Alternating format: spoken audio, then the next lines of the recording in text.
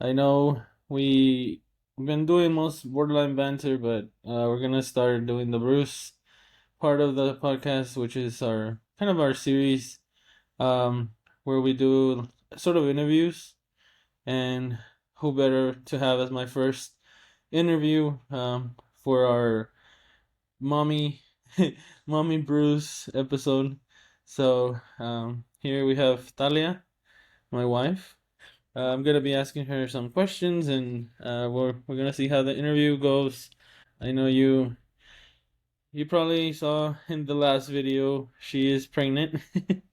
So my first question in my itinerary here, how far along are you now? So the listeners know. Now I am 37 weeks. That's in my 37 weeks, and how much weeks? But like it's a full term. and full term is 40.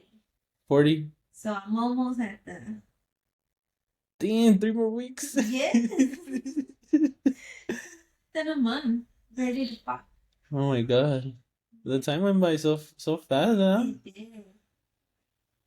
I barely remember.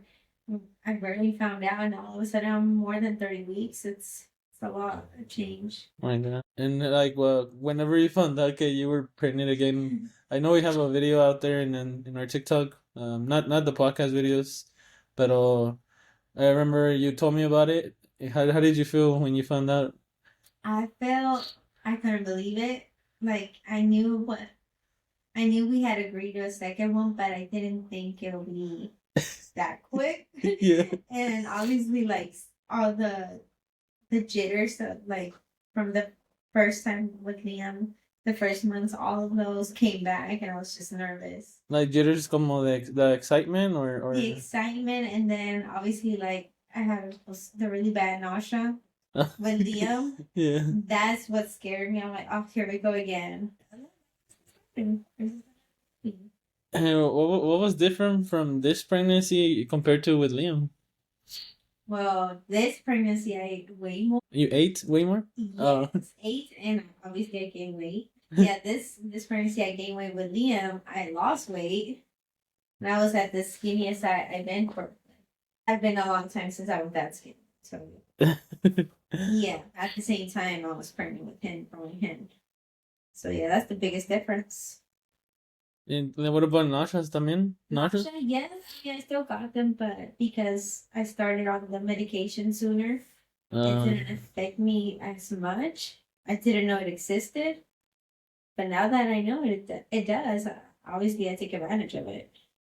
So I don't want to go through all that again, losing weight instead of gaining. That's one of the perks from the last time. Que no, you didn't eat so much. Yeah, I didn't eat so much, so I didn't have gained weight to lose after this time. But yeah.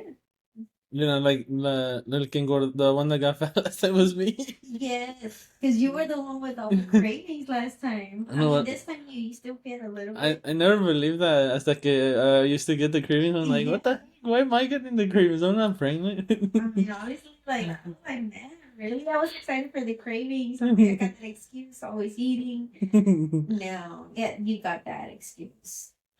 And I'm always making fun of you, like, oh, you want some steak? You want I some? know, and now I can't, guys, I cannot eat beef burgers. Oh yeah, you can eat burgers. Steak, I'm still scared to eat some. It's not the same anymore. What are some things that you did last pregnancy? When this pregnancy, you're like, yeah, I'm not. I gotta be careful with that, or I gotta watch that. I think, I mean, I'm still working, but if I don't have to walk, I'm not gonna walk. Oh, well, okay. Yeah, like last time, obviously, I'll get that nesting instinct or like burst of energy, and I'll be moving around. I mean, I wasn't that heavy. This time is way bigger, more pressure, and yeah, less wanting to actually be moving. You remember last time you fell twice? You could have scared us twice. I fell twice. Yeah, one time it was in front of the restaurant when we went with Newman and Ricky, Oh yeah. and then the other was at your parents' house with the dogs. Yeah, the dogs. And you actually went to the hospital that time. It was. Because actually, like, oh, I didn't fall on the stomach, but you know, it was on the side. And yeah, last time, like when we went out with Newman and Ricky, I fell, but I actually like stopped myself with my hands. This time it was like I didn't have control of how. And I wasn't there. Did you fall on your back or in your stomach or? Side. Oh, So sure. like yes. So it did hit the stomach on the side a little bit. I was at that time I was visiting with my parents. That's so scary. Yeah. I know, like they will lie. You went to the hospital because they were like, "What if something happens?" Or Yeah. something? I mean he didn't stop moving, but the actual knowing that I did hit the stomach on the side, like that's what's scary. So just be safe. And what about the when you gave birth? Like, what are some things that you remember the pain and the contractions? The contract everything. And you still did it again? And I still did it again. I know, but you know why? Because that epidural now, if that epidural didn't exist, I don't know. Oh. I wouldn't go through this again. No. Yeah, like how did some people like from our like families, 7 kids and no I epidural? know. I don't. I think if they would have been like they know about the first one, but I don't know for many different reasons, it just didn't. Yeah. And I so heard them in like they don't it doesn't get covered with the insurance now. it does. Well, it depends what kind of insurance, but it's still expensive. And the anesthesiologist, well, not, the person that does it, it's just that's their only job, just to True. put it. That's it. But that's scary too because if they don't get it in the right spot, they could mess you up. Yeah, I mean, obviously, like, I remember like when they were doing it to you, you were over there laughing and smiling at me, and I'm over here freaking out. Yeah, because I mean, you were seeing like the injection to numb and to start the whole oral procedure. It didn't hurt because of the contractions. Yeah, her You the know? contractions hurt more compared. Yeah. Yeah. So to me, it's like, yeah, I felt it, but they weren't. That wasn't so bad as the contractions. I was. And just so our listeners know, I mean, obviously, I was there for the pregnancy, the first one, and this one as well. And I always think back to like how useless we feel as like the husband or the dad. Like we're just sitting there doing nothing and just watching you go through like the worst pain. Obviously, having a child is difficult, but also you're just there. You're just like. Yeah, I remember I was asleep. I think I was asleep in the chair, that horrible chair that men have nightmares about. I was asleep and I don't know where everybody just came in, right? Like, yeah, it's time. We gotta get him out. With like this like the volada. Everybody started acting quick and moving. I'm like, oh shoot, it's happening. I guess they saw the contraction like be, I mean, more frequent. Because they were monitoring And the oxygen. Yeah. Yeah. I mean, see, that's the good thing about Ecuador. I slept through. I was awake for half of it, and the other half I slept. Obviously, it was like 3 in the morning. I was tired. So I got tired of doing right, just giving birth. Anyway, yeah. So it's scary. Like all of a sudden, there's just a room full of people, like 7 or 8. Yeah. And obviously, like, oh, we gotta get him out. Get him. I'm like, okay, what's going on? What's wrong? Is there? Yeah. You know, that's the first thing. Like, if you're coming in here rushing and like getting everything out, like, okay, there's something not right. Yeah, I got scared too when that happened. No, and I'll never forget those 3 seconds whenever Liam came out when he was born. Yeah, he looked. They had he had the thing on his face because they cut something and then he like came out of that thing. So I don't know what it was, but he took like 3 seconds to breathe, and I'm like, oh, like those 3 seconds, I'm like, no, like please be okay. Yeah. And whenever he took the breath, I'm like, shut. Like I finally breathed. That was scary. And then everything was okay, but I was like, yeah, those 3 seconds were the longest. I didn't know he was out till you told me, like, oh, he's out, he's out. I'm like, oh. And you look like super tired, like whenever he came out. That's one thing about the epidural, like the oxygen levels, it could go down. My oxygen level, that's why I had the mask on, and like the whole time. Oh, sure. Because my oxygen level started dropping too. Yeah. But like, how did you feel dizzy or something whenever he was coming out? Because I know you saw him and you were like, you saw him in my arms and no, they handed him to you first, huh? Yeah. And then you were like, oh my god! And I took a picture of you. I still have that picture of you. You feel dizzy because of all the medication going through your system, but you're still like the hormones our options are up, so your body reacts the way I reacted. I didn't plan it. I didn't like think about, oh my gosh, it's so cool. No, it just came out. Well, it's just how everything out. So I think that's what a lot of ladies mean with the hormonal. And I think that was the highest level I had. Yeah, I started crying and You're like, I don't care. Yeah. care how I look, everything out there, room full of people. No, I don't care. Like the whole time I was there with you, like I don't know how some guys, like I've seen TikToks where they're like eating a pepperoni pizza, or Yeah. I'm like, I don't know how y'all can act like normal. I was just like nervous the entire time for you. I mean, well, maybe it has to do with the time. Like we left a.m. and I didn't get back till 8, so overnight we weren't. I mean, we usually don't eat. Oh yeah, yeah. So like, if this one like comes around and lunchtime and it's still not happening, Okay, then something. And what are some things that you've learned? Because Liam's about to be 2, 2 years with one baby now. What about two? and we're barely starting to get some sleep, and we decided to go for it. I know he's really starting to like be independent. Like watches like he was watching a show yesterday, eating a hot dog. Yeah, we had the baby shower in. I mean, you had Yeah, Kevin was grilling over there, and I'm like, oh, why am I getting him a hot dog? Or see if he likes it. He ate the he ate the one. You think it's gonna be difficult, or it just takes some getting used to? It takes some getting used to. Well, I think the breastfeeding journey is more difficult. That's what, like, waking up in the middle of the night, it didn't become difficult till past the first year when I knew, okay, you're supposed to be sleeping more. Oh yeah. Knowing that it's like, we're still waking up, we're still doing this. That's when it started getting difficult, the sleeping schedule. But before that, And Liam still wakes up to get if he wants milk. I mean, the good thing is that you fill it up.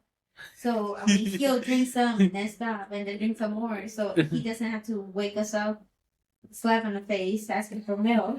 And he's learned how to do that, right? He just shakes the bottle at me sometimes. He's like, "Here, go get it, peasant." He just points. Oh my god. Okay. Yeah, I don't know. I mean, if you feel comfortable, like, with the breastfeeding, yeah. Anything you're gonna do different this time? The hospital tells you to pump every 2 to 3 hours. Oh shoot! No. You're like, I'm gonna sleep. I mean, obviously the sleep affects you. I mean, you can sleep at the pump. You know how many times I've fallen asleep pumping. Yeah. Obviously, like overflows. But I think pumping so often, so early after the pregnancies, I mean, after giving birth, it's gonna cause your body to be like, okay, I need to produce a lot because you're pumping like often. Yeah. So that leads to overproduction. That leads to mastitis, which is, by the way, I did not know milk gets stuck. Yeah. Is that it starts obviously like getting infected, and it's just a whole nother mess. Yeah. And you actually went through that as well, so you. Yeah. I mean, the first time what was it? They told me at the hospital that I had it. To me, was like, okay, it's just an infection. Take antibiotics. It'll be gone. But I guess it got in so bad that obviously that ended up with me being at the hospital for like a week, almost 2, right? Yeah. The first time we just went to emergency, and then the next times you had to get a surgery, right? Yeah, surgery. Because the infection got in so bad and so advanced that it had almost turned into. Yeah, I don't know how to say it in English. But it was bad. They had. It was green, right? When they took it out. It was brown. Brown? Like chocolate milk. Oh yeah. Look at it. That was traumatic. Like we downplayed it a lot, but it was like something big that shouldn't have happened. Like, obviously, the surgery was a lot. Like I had to beg for the surgery because. Oh, they didn't want to give you the surgery? No, because it's.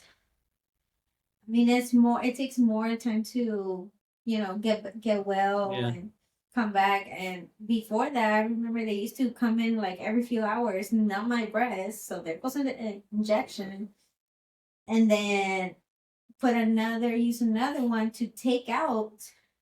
So all those needles hurt more than just doing the surgery. I mean, the surgery, it just it's constantly draining. They had to cut your like cut it open? Yeah. Oh my They had god. to cut it open, like make two incisions, one on top and one on the side.